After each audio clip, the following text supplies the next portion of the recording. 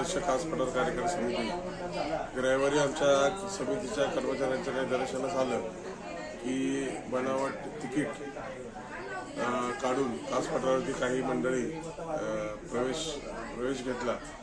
ज्या पर्यटकांना काय माहित नव्हतं की नक्की कुठली साईट, त्यामुळे त्यांनी पर्यटकांची एक प्रकारे फसवणूक झाली आहे।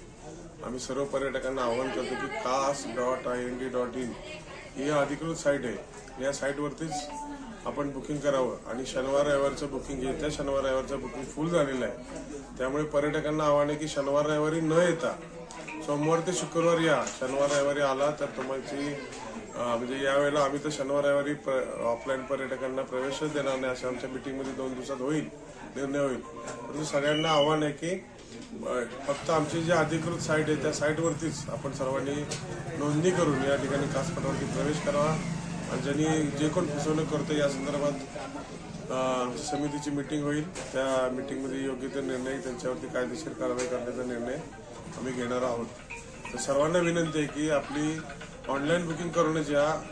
ऑफलाईनने तुम्हाला प्रवेश पाहिजे असेल तर सोमवार ते शुक्रवार या। शनिवार रविवार मात्र ऑनलाईनच प्रवेश करणे हवे असे आमच्या समितीच्या मार्फत सर्वांना आवाहन करण्यात येत आहे।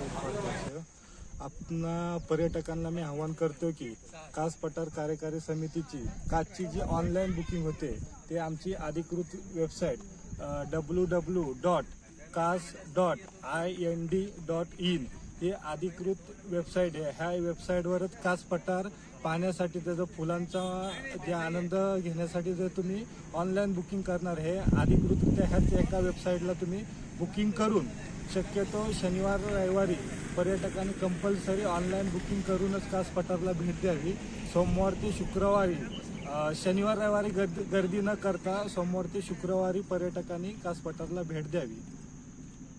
पर्यटकांना आवाहन करतोय की सातारा जिल्ह्यातील किंवा महाराष्ट्रातील जनतेला किंवा पर्यटकांना आवाहन करतोय की जे काल अधिकृतरित्या माहिती आली की लोकांची बाबा बनावट वेबसाईटद्वारे जी लूटमार झाली त्याच्यावर आम्ही माहिती घेतोय, खातरजमा करतोय की लूट कशा प्रकारे झाली किंवा लूट होण्यामागचं कारण काय किंवा काय। तर आम्ही 1-2 दिवसामध्ये सगळी